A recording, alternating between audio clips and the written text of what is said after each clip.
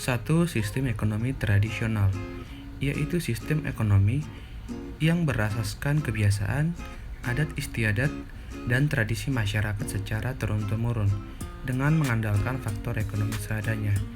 Dalam sistem ekonomi tradisional, mereka masih kental dengan sistem tukar-menukar, barter, yaitu barang dengan barang, dan tujuan mereka melakukan kegiatan ekonomi bukan untuk mencari keuntungan, tapi hanya untuk memenuhi kebutuhan semata. Ciri-ciri sistem ekonomi tradisional. 1. Belum ada pembagian kerja yang jelas dalam masyarakat. Masyarakat pada sistem ekonomi tradisional belum memiliki pengetahuan yang cukup, sehingga dalam pembagian kerja mereka cenderung tidak jelas dan mereka hanya mengandalkan kekuatan fisik mereka sendiri. 2. Hasil produksi dan sistem produk distribusinya terbentuk melalui kebiasaan atau tradisi. Karena belum mengenal teknologi, sehingga dalam mendistribusikan barang yang mereka produksi masih menggunakan cara yang konvensional. 3. Jenis produksi disesuaikan dengan kebutuhan masing-masing rumah tangga. Masyarakat hanya memproduksi barang yang mereka butuhkan saja, sehingga mereka harus menyesuaikan apa yang mereka butuhkan sehari-hari. 4. Pemenuhan kebutuhan dilaksanakan dengan cara sistem barter atau tukar-menukar barang dengan barang. Transaksi menggunakan barter tentunya memiliki kekurangan yang sangat banyak, karena kita harus menyesuaikan nilai barang yang akan kita beli dengan barang yang akan kita jual. 5. Kehidupan masyarakat bersifat kekeluargaan. Karena belum adanya persaingan pada sistem ekonomi ini, sehingga mereka masih mengedepankan kekeluargaan, yaitu dalam bentuk gotong royong. 6. Tanah beserta alam adalah sumber kehidupan dan sumber kemakmuran. Karena sumber kehidupan mereka berasal dari alam, sehingga mereka akan menjaga alam dengan sangat baik. Kelebihan sistem ekonomi tradisional. 1. Kegiatan ekonomi dilakukan berdasarkan kebiasaan sehingga tidak terjadi persaingan. 2. Kegiatan perekonomian yang dilakukan hanya sebatas untuk pemenuhan kebutuhan sehari-hari. Jadi, masyarakat pada sistem ekonomi ini akan mengelola alam dengan sangat baik. Selanjutnya, kita masuk ke kekurangan sistem ekonomi tradisional. 1. Keterbatasan hasil produksi sehingga masyarakat tidak berusaha untuk mencari keuntungan. Karena masyarakat masih mengandalkan kekuatan fisik, sehingga hasil produksi mereka juga terbatas pada kekuatan fisik. 2. Pola pikir masyarakat yang kurang berkembang disebabkan oleh pengaruh tradisi. Masyarakat sangat menjunjung tinggi tradisi yang mereka dapatkan dari para leluhur dan nenek moyang mereka, sehingga pola pikir mereka cenderung primitif. 3. Tidak memperhitungkan efisiensi dan penggunaan sumber daya. Pengetahuan yang sangat minim sehingga menyebabkan mereka hanya menggunakan sumber daya seadanya. 4. Kegiatan perekonomian murni dilakukan hanya untuk memenuhi kebutuhan hidup, jadi bukan untuk meningkatkan kesejahteraan. Masyarakat hanya sebatas memikirkan bagaimana mereka bertahan hidup pada hari itu, dan bukan untuk meningkatkan kesejahteraan mereka di masa mendatang. 2. Sistem ekonomi komando, atau disebut juga sistem ekonomi terpimpin, terpusat, dan sosialis. Sistem ekonomi komando merupakan sistem ekonomi yang negara atau pemerintah itu mempunyai kendali penuh terhadap semua kegiatan atau aktivitas ekonomi yang berlangsung di pasar pada negara tersebut. Sehingga pada sistem ekonomi ini, roda perekonomian akan sepenuhnya dikendalikan oleh pemerintah. Ciri-ciri sistem ekonomi komando. 1. Pemerintah mempunyai kekuasaan tertinggi dalam sistem ekonomi. Sesuai dengan namanya, yaitu ekonomi komando, maka pemerintah merupakan pihak otoriter yang mengelola perekonomian. 2. Pihak swasta atau individu tidak memiliki peran yang berarti di dalam pasar. 3. Pemerintah juga menjadi pemilik semua modal serta alat produksi, sedangkan rakyat hanya sebagai pengguna saja. Sektor produksi, baik yang bersifat vital maupun non-vital, sepenuhnya akan diserahkan kepada pemerintah.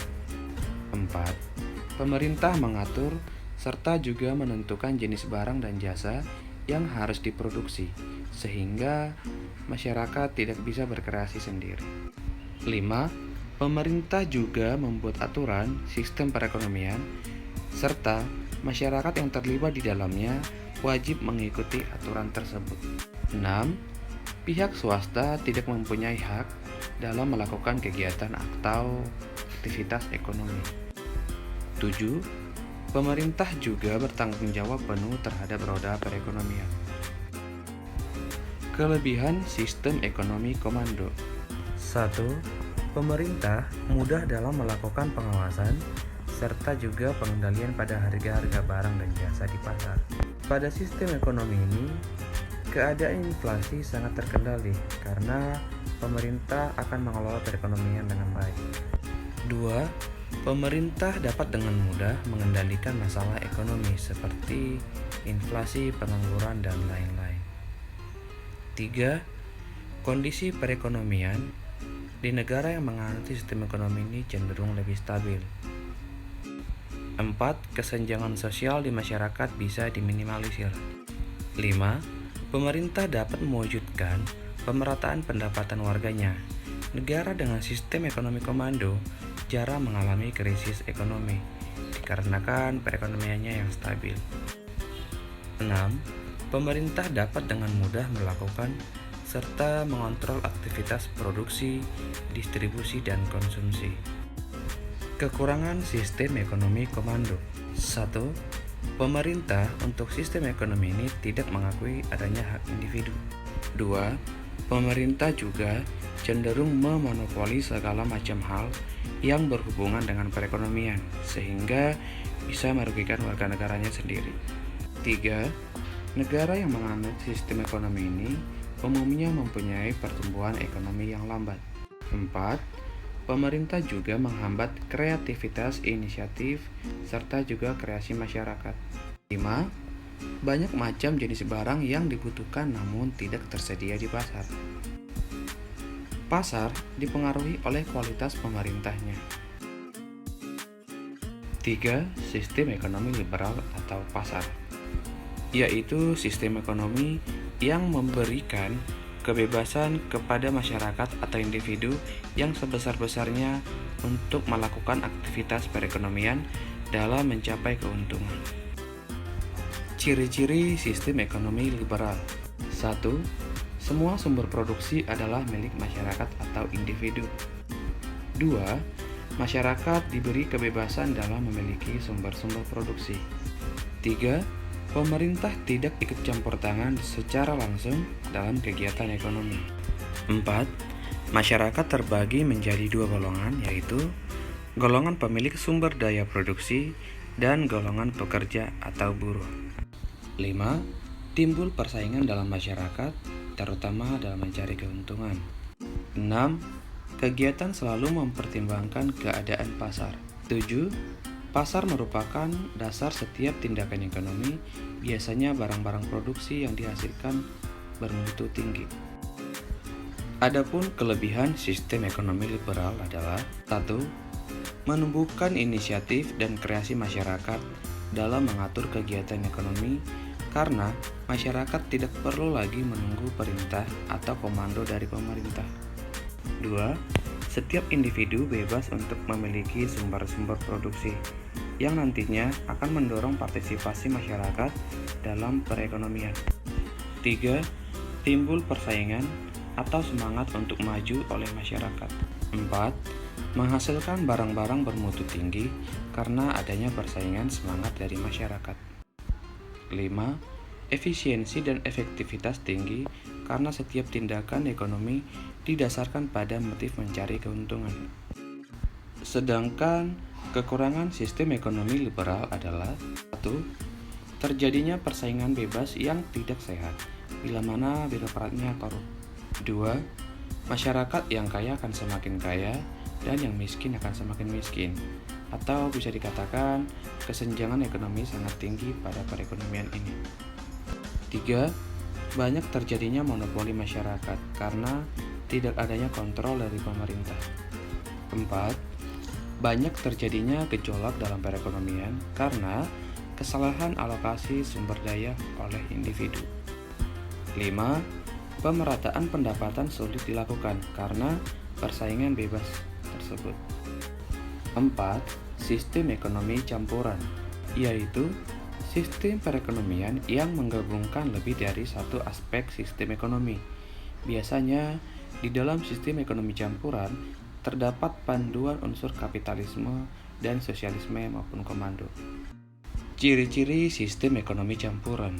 1. Pemerintah dan swasta berperan aktif dan terus bekerja sama dalam menjalankan kegiatan ekonomi. 2. Pemerintah memberi kebebasan kepada pihak swasta untuk melakukan kegiatan ekonomi, tetapi memberi batasan dan intervensi jika dibutuhkan. 3. Pemerintah melakukan perencanaan, peraturan, dan kebijakan yang berkaitan dengan perekonomian. 4. Persaingan di pasar tetap ada dalam batas yang wajar dan bersih karena pemerintah ikut mengawasi dan melakukan intervensi.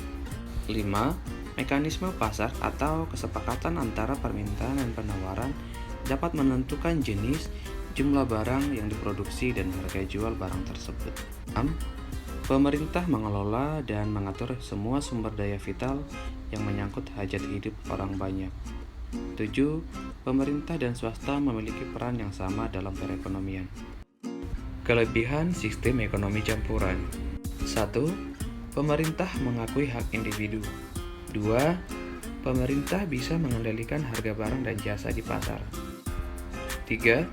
Pemerintah menjadikan kepentingan dan kemakmuran warga negara sebagai tujuan utama. 4. Pihak swasta tidak boleh mengeksploitasi sumber daya tanpa izin atau sesuai dengan kehendaknya sendiri. 5. Kondisi perekonomian cenderung stabil karena tidak ada aktivitas yang berlebihan atau mengganggu hak-hak masyarakat. 6. Masyarakat bebas memperbaiki taraf kehidupannya dengan berkreasi dan melakukan kegiatan ekonomi. 7. Perkembangan ekonomi berjalan dengan lebih cepat karena adanya persaingan bebas. Kekurangan sistem ekonomi campuran. 1. Pemerintah mempunyai tanggung jawab dan wewenang yang lebih besar daripada pihak swasta. 2.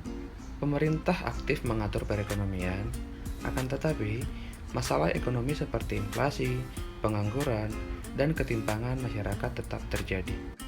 3. Pemerataan pendapatan sulit dilakukan karena adanya persaingan dalam masyarakat. 4. Pertumbuhan ekonomi lebih lambat daripada sistem ekonomi liberal atau pasar karena masih ada campur tangan dari pemerintah. 5. Sulit untuk menentukan pembatasan sumber produksi yang akan dikuasai antara pemerintah maupun swasta. 6. Timbul perang kepentingan dalam setiap keputusan yang berkaitan dengan kondisi ekonomi yang akan diambil oleh pemerintah dan swasta. 5. Sistem ekonomi demokrasi Pancasila, yaitu sistem ekonomi yang berdasarkan nilai dan moral Pancasila. Sistem ekonomi ini menjadi identitas perekonomian negara kita, yaitu Indonesia. Sebutan lain dari sistem ekonomi ini adalah sistem demokrasi ekonomi. Adapun ciri-ciri sistem ekonomi demokrasi Pancasila adalah 1. Etika dan nilai agama terlibat dalam keputusan perekonomian. 2. Kebijakan ekonomi mengedepankan nilai kemanusiaan. 3.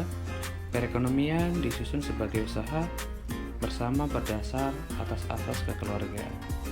Poin yang ketiga ini terdapat juga dalam Pasal 33 ayat 1 pembukaan Undang-Undang Dasar tahun 45. 4. Pengelolaan ekonomi dilakukan dengan pemufakatan lembaga perwakilan masyarakat. 5. Cabang-cabang produksi yang penting bagi rakyat dikuasai oleh negara untuk kemakmuran rakyat itu sendiri. 6. Kekayaan alam di bumi Indonesia dikuasai oleh negara untuk kemakmuran rakyat. 7. Hak milik perseorangan diakui oleh negara dengan tidak bertentangan dengan kepentingan umum. 8. Daya kreasi ekonomi masyarakat tidak merugikan kepentingan umum.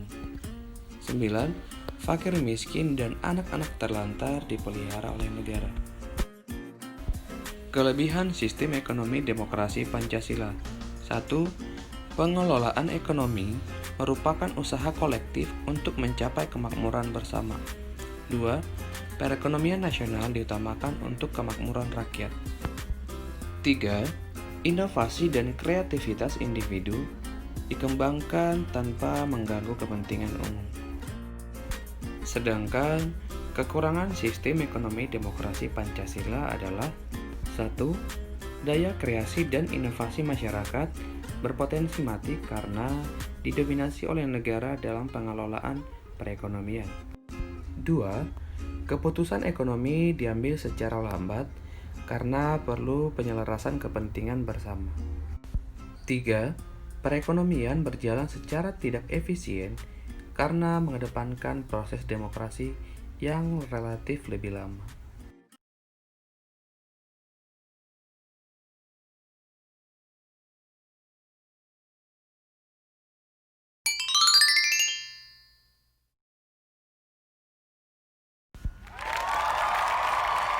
Thank you for watching. Don't forget to subscribe and share this video.